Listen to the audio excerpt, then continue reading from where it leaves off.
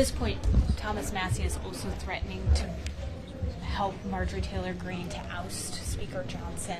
Do you think that if these packages include the aid the Democrats want to see, that would be enough for Democrats to step in and help? Well, you'll have to talk to Hakeem Jeffries about that. But the fact is that it's shameful that this Congress has not supplied the weapons that are necessary to protect democracy in Ukraine. This is something that has overwhelming support in the Congress of the United States. What's unfortunate is the race for Speaker with the incredible shrinking speakership. They handed the leverage to one or two people when over 300 people will vote for Ukraine. So let's just hope that that does not happen and that we can honor our responsibilities to protect and defend our own democracy as we protect theirs. But if it does happen, well, you know what? We'll take it one step at a time. But the fact is that it would be shameful for the Republicans to go to the lowest common denominator. And as you know, some of the leadership of the Republican Party, chair of the Intelligence Committee and others have said Russian propaganda has taken over the Republican caucus. We cannot let that rule the day in the House of Representatives. What advice would you give Speaker Johnson for managing his conference? I have important meetings in my office right now. What would you do if you were still Speaker? From Connecticut is recognized. Madam Chair, I yield 1 minute to the gentlewoman from California, the distinguished Speaker Emerita, Ms. Pelosi. The gentlewoman from California is recognized for 1 minute. Thank you, Madam Speaker. I thank the gentlelady for the distinguished ranking member of Appropriations Committee for yielding, but also for her leadership in bringing this to the floor. I join Mr. Turner and others in saluting the Speaker, as well as our leader, Mr. Jeffries, for making this important legislation possible. I associate myself with everything that's been said already about Ukraine, but I want to just focus on one particular area. 2 years ago and almost 2 weeks ago, I led the first high-level delegation to Kyiv, and we saw firsthand the courage of the people, the danger of the Russians. But let me just tell you what is heartbreaking about it. Vladimir Putin has instructed his troops to use rape, kidnapping, and murder in front of family members as a weapon of war to demoralize the people of Ukraine. I hope that our colleagues will choose democracy and decency rather than autocracy and evil, because I fear that if you choose the Putin route, you will have blood on your hands. Blood of the children, blood of their mothers, raped in front of their parents, raped in front of their children. I urge an aye vote on this and all the other bills before us today. Thank you, Madam Speaker. The gentlewoman's time has expired. The gentlewoman.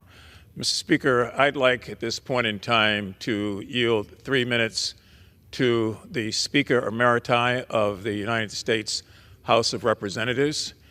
She is a native of Baltimore, the daughter of a mayor and the daughter of a congressperson, but the daughter of the city, the Honorable Nancy Pelosi. Thank you, Nancy. Thank you, Mr. Speaker. I thank the gentleman for yielding, and I especially thank him for his leadership for the great state of Maryland and the city of Baltimore, as well as for calling this special order this evening so that we could come together and express the heartbreak that we all felt and now to commemorate the collapse of the Francis Scott Key Bridge and these 6 beautiful souls, in loving memory of them who lost their souls on that dark morning. Thank you again, Congressman Quasi, for organizing this special order. I join you and Congressman Sarbanes in recognizing the leadership role of the Governor of Maryland, Wes Moore. I want to pay tribute to the Mayor of Baltimore, Brandon Scott, and to all of our congressional delegation for uniting together in a bipartisan way in response to this tragedy. 2 weeks ago, just to remind, it was 2 weeks ago in the dark of night and braving the cold, a crew got to work making repairs to the Francis Scott Key Bridge. They were doing their jobs so that 30,000 people a day could go to theirs to do their jobs. Our love and prayers are with those who lost their lives in this collapse and with their families who lost a husband, a brother, a father, a son. Our gratitude is with the heroic emergency responders He responded so quickly and saved lives, as well as the teams working quickly to clear the channel. The magnitude of the collapse cannot be understated. 6 families shattered first and foremost. Tens of thousands of commuters rerouted. Paralysis of a port that handles $80 billion a year in commerce, sending a shockwave to the entire economy. But inspired by the love, unity, and resilience of the Baltimore community, Baltimore will rebuild. President Obama has been mentioned, and the Congress must be there with resources to support every step of the way.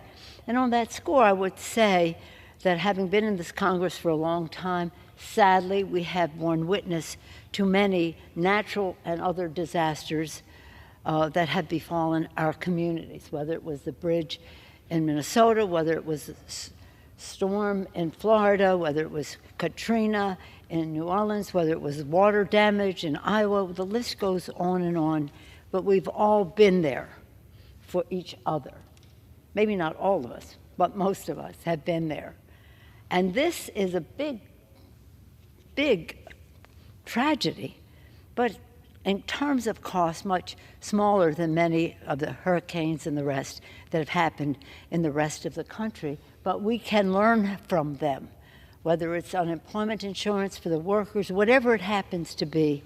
We want to make sure that we utilize every resource at our disposal to bring people together. Governor has pointed out, as has Congressman Quaisi and members of the delegation, the mayor, our Senator Sarbanes, Congressman Sarbanes, our Senators Ben Cardin and Chris Van Hollen, that this is a national challenge. If you are a restaurateur in Tennessee, you are affected by this. If you're an auto worker in Ohio, you are affected by this. If you're a salesperson in West Virginia, you are affected by this because of just the products that come through, and the jobs that are affected by it. In closing, I mean, my father was mayor of Baltimore my whole life. From when I was in first grade, when I went to college, he was still the mayor of Baltimore. So that's where my heart is. And I always was so proud of the fact that the national anthem was written in Baltimore. Francis Scott Key, in the War of 1812, wrote the national anthem. And my brother Tommy, who also was mayor of Baltimore, was always fond of singing it in his way. And the line in the song that I always like the best, and I think that applies here, is when he says, gave proof through the night that our flag was still there.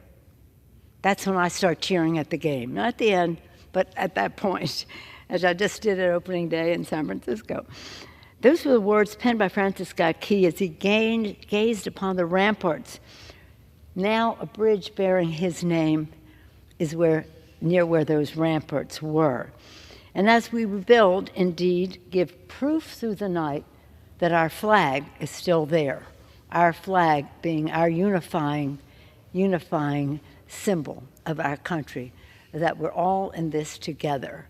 And we will be there. We'll learn from other disasters. We'll teach other disasters in the future by how we, in a new, fresh way, in the Baltimore way, Baltimore strong, rebuild the Francis Scott Key Bridge. Proof through the night that our flag was still there. Thank you, Mr. Mufumi. I'll please yield back to you. Thank you.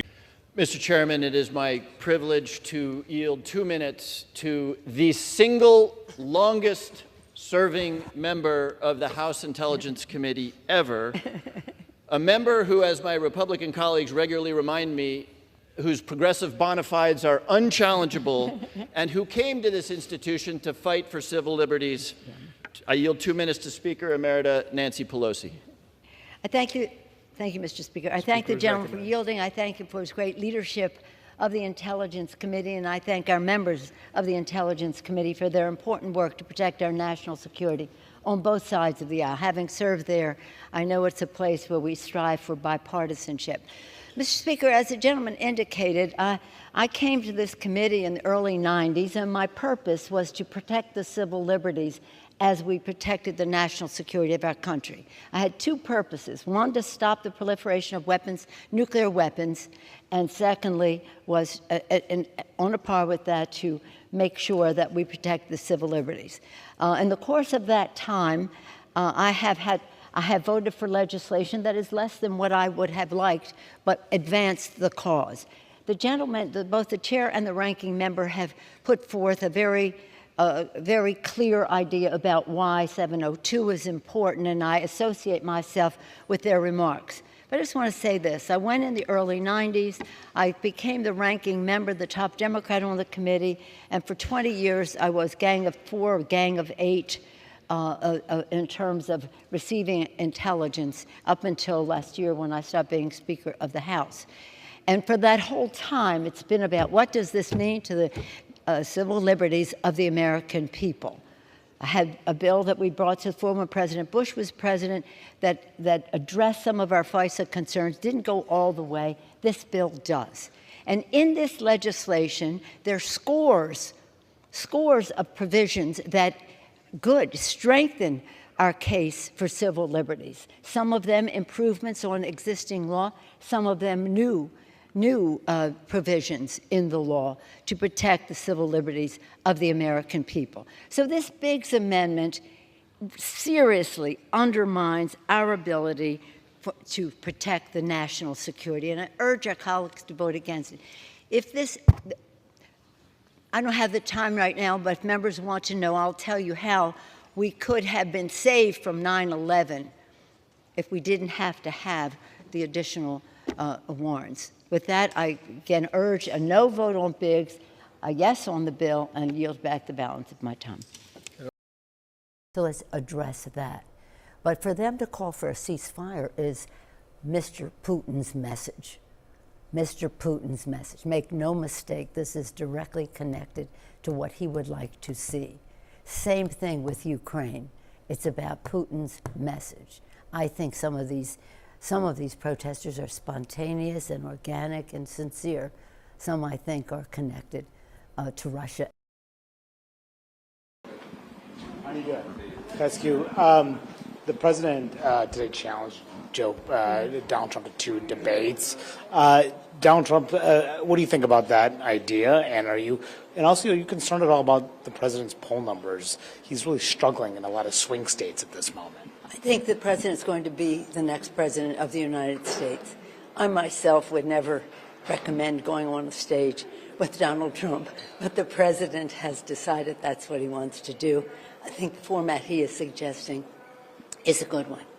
But why wouldn't you suggest going on stage with Donald Trump? Stalking Hillary Clinton, he wasn't professional, he wasn't presidential, he wasn't meeting the dignity of the office. I think you all should have separate town hall meetings with them, let them challenge them with questions about the future, and let the public make its decision rather than. But again, the president has made this decision. I think it's a good compromise. Do you worry at all about his poll numbers at this moment? I mean, especially in swing states and what you're seeing on the ground. You'll always run. It's a campaign. It's a battle. So you always run owning the ground. I'm a grassroots person. Mobilization, message to inspire, money to get the job done, the 3 M's. And no, I have every confidence that the president will win. But it's always a fight. Mm-hmm. And so when people say, oh, it's going to be close, it's this or that, yeah, it always is. Should he do anything differently, the president? Should he do anything differently? Well, I think that he is doing something differently. He's getting out there, showing what he has done. But you don't win elections on what you have done. It's about the future. So that's what he's saying. Mm-hmm. More to be done. Let's finish the job. That's his theme. Should you talk about Trump's criminal cases at all? No, I don't think that's. I think it's all about the kitchen table. What we intend to do as Democrats have to do with the kitchen table, whether that's family planning, whether it's pensions, whether it's raising the minimum wage, all those kinds of things. And we've done a great job, and we have to brag about it, but not expect it to be a reason, except a credential. Mm-hmm. We've done it. We've proven we can do it. There's more to be done. One other thing, the president seems to be going forward with an arms deal with Israel, $1 billion in arms deal. Does that at all concern you, given this Rafah offensive appears to be moving forward? No, I don't think there's anybody in the country better qualified to make judgments about how to work with Israel than this president. He's been a friend. We all love Israel. We all want Israel to succeed, have the right to defend itself, herself. And again, he knows the value we place on protecting civilians. He's always been for a two-state solution, as many of us have been. So with a concern for the concern of civilians, and he's made that very clear, with an interest in what happens next there, has to be a two-state solution. Again, helping Israel defend itself. What happened on October 7th was a horrible, barbaric thing by a terrorist organization, Hamas, dedicated to the destruction of the state of Israel. We have to keep remembering that. That doesn't kind of justify so many civilians being killed, and so the president is saying, exercise more care. So I think, again, we couldn't be better served than the president with his calibration of helping Israel meet its needs, but also being respectful. And as I say to the people who are demonstrating, God bless you for that. That's the American way. But understand who Hamas is in all of this. I gotta go. Okay, thanks for your time. Appreciate it. And theirs is something quite different. Project 2025 is a manual for Republicans to implement an imperial presidency. They have an idea of like a nationalistic populism, where they're it's about greed. I mean, it doesn't give you one word on it, it's about greed. It will gut our constitutional system of checks and balances. It will ban everything respecting a woman's right to reproductive health. It will restrict laws banning discrimination against the LGBTQ community, or after them, and the Affordable Care Act. Oh, and the Affordable Care Act with the pre-existing medical condition benefit that is in there. And so some people say, oh, no, not for all that. No. What they said, pardon my French, Obamacare sucks. Obamacare sucks. That's what the guy wants to be president again, God forbid. Obamacare sucks. No, it does not suck. It cures.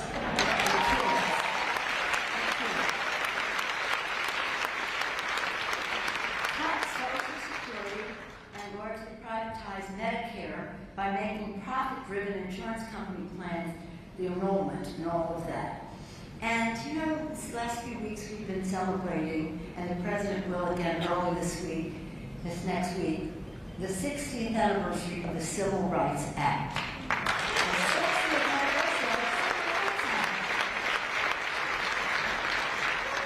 Their plan is to do away with any respect for inclusion and diversity and the rest of that, to undermine the workings of the Civil Rights Act.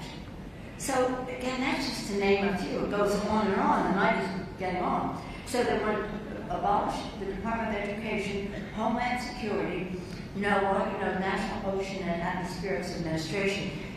One of their goals was to go after the whole Department of Commerce, which contains, you know why they want to go after that? Because NOAA and the Weather Service are the ones who have drummed up this whole thing about climate change. They don't believe in science. They don't believe in governance. They don't believe in justice. They believe in this goofy plan. It's a hard to read. It's a special lecture here that says, ask me about Project 2025. You've probably seen that, ask about it. It's multi-hundreds of pages long. And it's a vicious agenda, a manifesto for undermining our democracy. They don't like to hear that. But I think that we should just be talking about what the difference is to your kitchen table. Job, the education of your children, the air they breathe, the water they drink, the safety of all of that. ending violence in their neighborhoods and the rest. This is not, and now imagine, we're trying to save the planet, and what's his name sits down with the big oil honchos, whatever you call them, and asks them for $1 billion to his campaign so he can win and undo all of the things that we have done to protect the planet. Mr. Reeves, you reminded me of this when you were speaking. A family of four earning under their plan, a family of four earning $100,000, okay, would see a $2,600 tax increase, while a family earning $5 million a year would get a $325,000 tax cut. They are trying to expand the wealth gap in America. And they put big money in, these big rich people put big money in because they don't want to pay taxes and they don't want to see protections and summer regulations for clean air, clean water, the rest of that.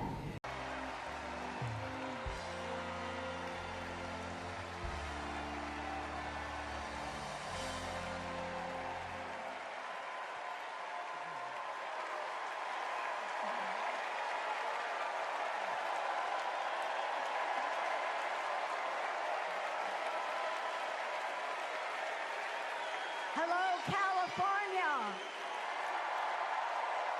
Hello, Maryland. Hello, Democrats.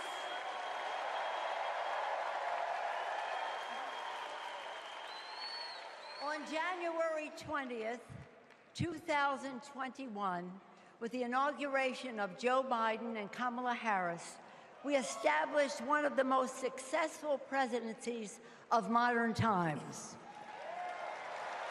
And we quickly proved that Democrats deliver. Millions of jobs, stronger infrastructure and rural broadband, a Biden child tax credit, rescuing human pensions, honoring our veterans, bold climate action, lowering the cost of prescription drugs, all thanks to President Biden's patriotic vision of a fairer America, doing so with liberty and justice for all. Thank you, Joe.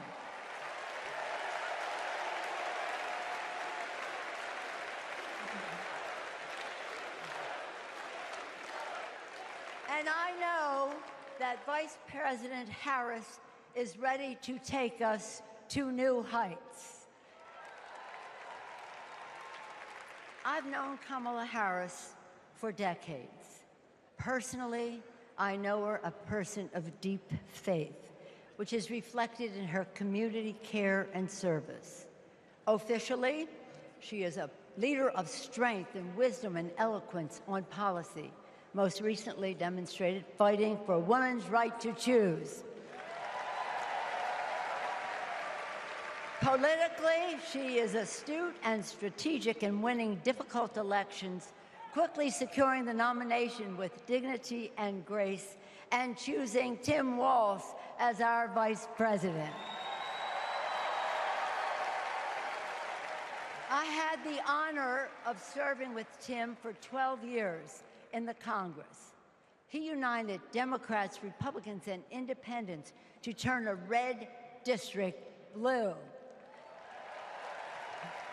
He showed courage when he came to Congress in voting for the Affordable Care Act, meeting the needs of his constituents despite Republicans' lies and misrepresentation. When he went home, won the election, he returned to Congress. He fought for our Americans' heroes as the Democratic leader of the Veterans Affairs Committee. Thank you, Tim.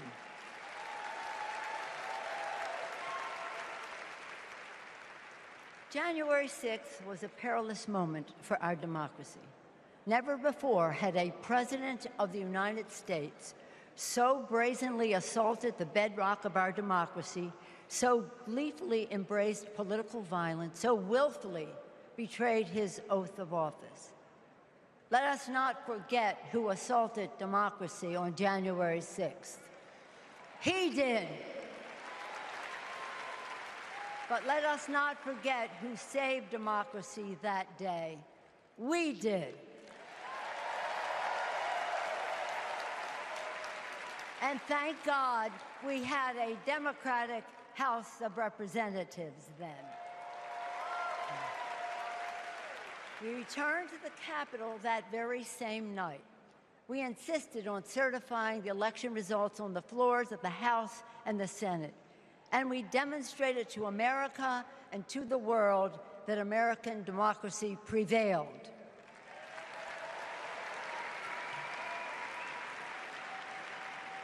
The parable of January 6th reminds us that our democracy is only as strong as the courage and commitment of those entrusted with its care.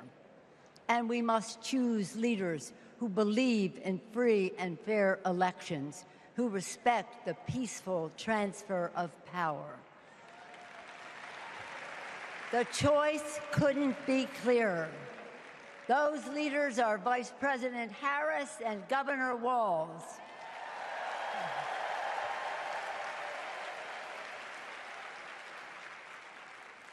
When the sun rose on January 7th, as our national anthem declares, we gave proof through the night that our flag was still there.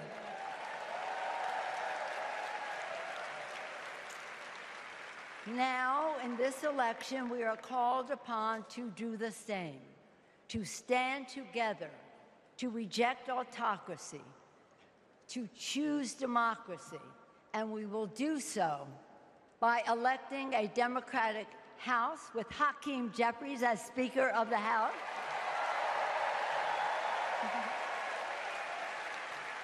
electing a Democratic Senate, electing Tim Walz as Vice President of the United States,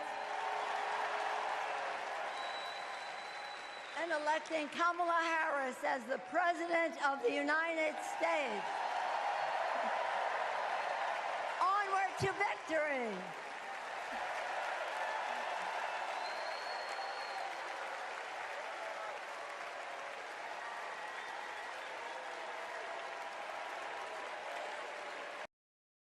This is a person whose sanity is not on the level, thinks he's above the law.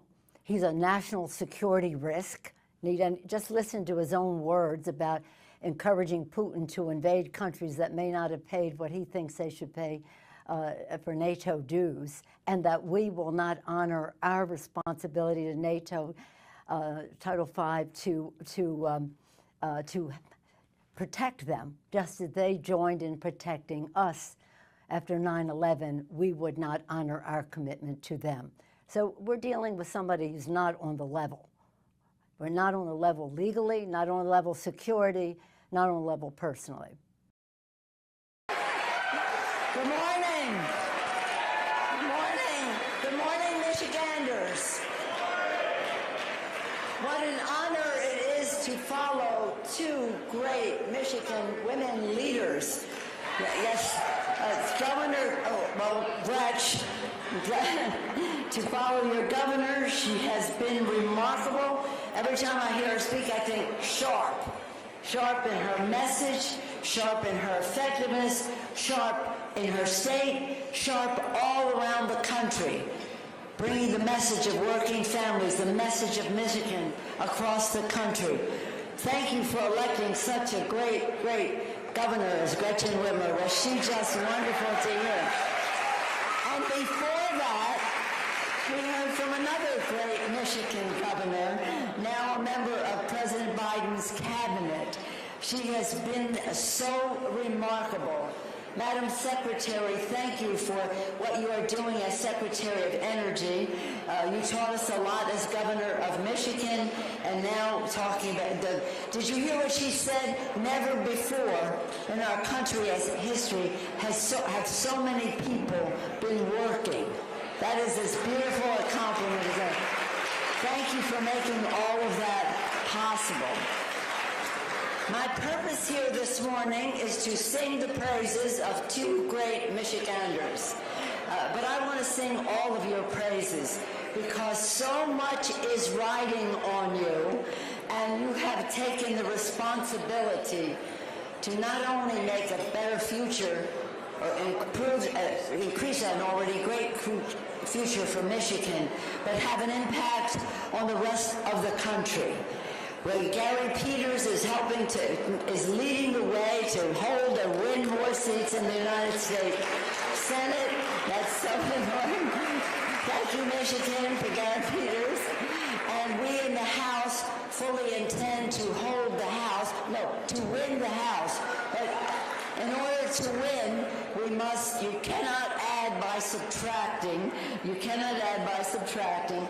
So we have to hold the seats that we have that are very important. And let me just say that because Dan is leaving, we have a vacancy, and because we have some more opportunities, because of Alyssa running for the Senate, we have another seat there. So we have to win those seats. You know who they are. Well, if you want me to talk to you about them, Alyssa Slotwin will take Debbie Stabenow's place in the United States Senate. The difficult seat, the challenging seat, we have to win it, is Hillary Slotkin, who is here today. Let's hear it for Hillary Slotkin. Give us a wave. And then we have a new red to blue, Carl Malinga. We have to elect Carl Malinga. Kristen McDonald-Ribbett. We have to elect Kristen Ribbett. And Curtis Hertel. It's okay, we know what our assignments are. To elect, and of course, under the leadership of a member of our leadership, Debbie Dingell, we will hope to elect all of these members, grow our number, that will be increasing a number that. Now for the reason I was invited, to say thank you to all of you, to sending two great leaders to the House and to the Senate. Let me start with Debbie Stabenow because she served in the House, and I want to just tell you what it was like serving with her there. She had her focus, her priorities, her knowledge, all of this lined up. And when she would go to the podium to speak, she would make her case in a very strong way. Frequently, her case was to take down the Republican assault on our values in our country. But she always did it with a beautiful Debbie Stabenow smile. And we all used to say, how come the rest of us get up there rough and tumble, and she gets up there with a smile, and boom, boom, boom, just carves up the other side in that regard. Now, that's just from a standpoint of technique. From a standpoint of values, she left us to go to the United States Senate, where she chairs the Agriculture Committee. Children have always been my main interest in politics. And to see Debbie not only fight, but succeed for having nutrition for our children. I mean, there's so many reasons to sing her praises. But if you saw the difference that she has made in nutrition and addressing the needs of our agriculture community in our country, I know you're proud of her, but you would just be in awe of her help for our children. Our children, our children, our children. And it was not always easy. Lots of times it was a fight. But her former colleagues in the House always had confidence that in the Senate, Debbie Stabenow would be there for America's children, America's working families, America's farmers, and the rest, just to name one aspect of it. So for the children, let us thank Debbie Stabenow. Thank you. So great.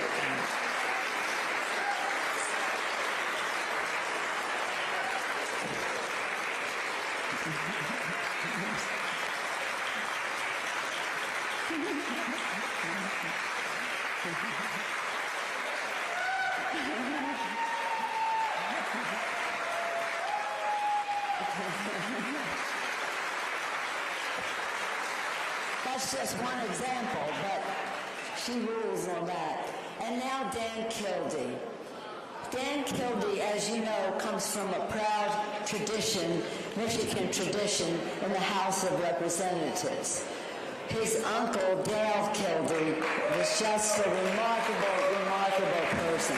I see a lot of our friends in labor know what Dale did on the Education and Labor Committee and elsewhere. But when Dan came, following in a great tradition, he immediately made his own mark in the House of Representatives and established such a record of greatness. One thing I want to tell you about, I could talk all day about both of them. One thing I want to tell you about him is what he did about the water challenge in Flint. As soon as, when the world learned, well, Dan knew early and showed us early what was happening in Flint, Michigan. Many of us were taken to Flint by Dan, his home, to see what was happening to the families of Flint, Michigan, because of what was happening to the water there. Dan didn't just take us and tell us. He made us listen to the people, to tell their stories, the people of Flint, Michigan. It was heartbreaking to hear. It has been heartbreaking to hear. But they knew that not only did Dan Kildee speak for them, they enabled Dan Kildee to speak for themselves. And he spoke for them in the Congress of the United States, relentlessly, persistently, dissatisfiedly, in every way. He addressed the concerns of the people of Flint, not just in terms of the actual water, but the impact that the water was having on the brains of the children. So we heard from the doctors, we heard from the nutritionists, we heard from all of the people who are driving home to us the injustice of the water scandal in Flint, Michigan. So what did he do about it? We were not in the majority at that moment, yet back again, and he went to the Speaker and said to the Speaker of the House at the time, I must have some remedy in our legislation.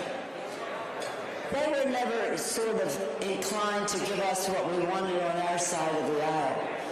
But the moral case that Dan Kildee made, the moral case that he made, the vision of something better for the people of Flint, the knowledge of the impact that it was having on people, the personal stories that he could tell, the hearings that he had, proved irresistible to the then Republican Speaker of the House.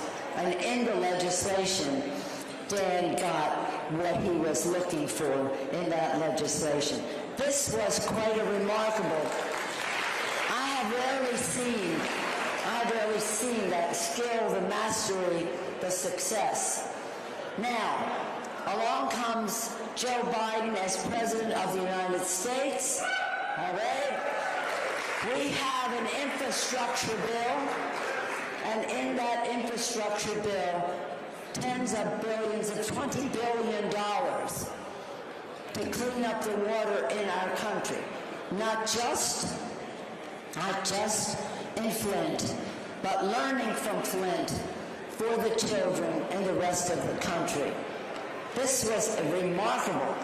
I've never gotten $20 billion in a bill, even the Speaker of the House. So this was, again, remarkable. So with Dan, it's not just what he has done, it's what he does next to take it to a higher level, As a member of the Ways and Means Committee, he has made his mark for working families in Michigan and in the country, for union working families in the country.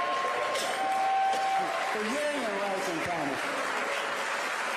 his motto with the rest of us is, when we have a problem, we don't agonize, we organize, we unionize. So thank you for sending these two giants of the Congress from Michigan to the Congress. And now they will go on their way, but their legacy lives on in the Congress. So thank you, Michigan. Now let me just say in conclusion, did I say that already? No pressure. The future of the nation is riding on you. Michigan must be in the Democratic column for president. We must elect a Democratic senator from Michigan to replace Debbie. I don't know if anybody replaces Debbie Statter now, but she is so very remarkable. Alyssa Slotkin must be elected, and she's ahead in the polls.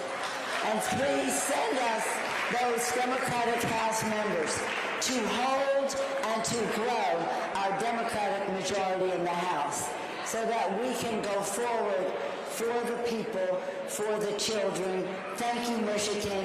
Let me just close by saying again how remarkable your governor is. I say I've seen her all over the country. She represents you with power, with dignity, with enthusiasm, with energy. It's just a remarkable thing to behold. She takes Michigan to the rest of the country. So thank you all very much for the honor of saying a few words to you this morning, to thank you for your leadership, what you have done, what you are doing, what you will do for us to win in November and elect Kamala Harris and Tim Walz, President and Vice President of the United States. Thank you all so much.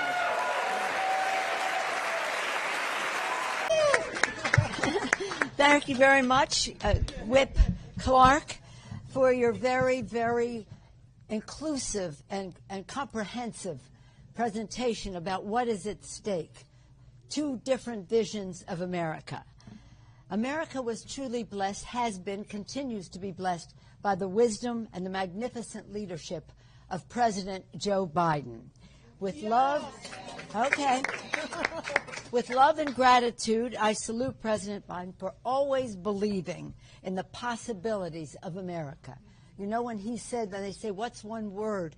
When people ask me, give me one word about America, he said possibilities. And those are possibilities for every family to reach its fulfillment. In his belief in possibilities, in his goodness, in the goodness of the American people, and working to make it possible for people to reach their fulfillment. Last night, we saw President Joe Biden talk about his legacy, which frankly is our legacy too. The House Democrats passed those occasionally bipartisan, hopefully more so in the future, but nonetheless. And Whip Clark went through some of that in saying the difference between the two visions for America, for Kamala, Vice President Harris, soon to be President Harris, and what's his name? Last night we saw President Biden, one of the most consequential presidents in American history, who accomplished so much in the progress that we've discussed, to say the best way to have the progress go forward is to pass the torch to another generation. And that is what he did, with great eloquence, with great values, with great vision. And as our distinguished Whip Clark said at the end about our children, and what Kamala Harris is about, and I've known her for decades. I know her officially, her strength. Kamala is about strength and determination in terms of public policy. We know most recently in terms of a woman's right to choose, but the list is vast, as Whip Clark mentioned. I know her personally. She's a person of great faith, of deep faith, and commitment to public service in the most unselfish way. And again, politically, make no mistake, this is a politically astute Vice President of the United States. I've seen her in action. I can talk about it on another occasion at more length. But let me just say, she is capable, officially, personally, and politically, to lead us to victory in November. So It's a very exciting thing. So we have, again, her taking the torch so gracefully. Now, not to go back into the contrast, but because it was very eloquently presented by our whip. But there are some other things, too. When she announced that she was running, and the president endorsed her in that, around 1.5 million people gave an average of $100 each, raised over $100 million from small donors. So enthusiastic. He's sitting at the table with Big Oil saying, you give me $100 million, I'll give you $1 billion in tax breaks. It's all over.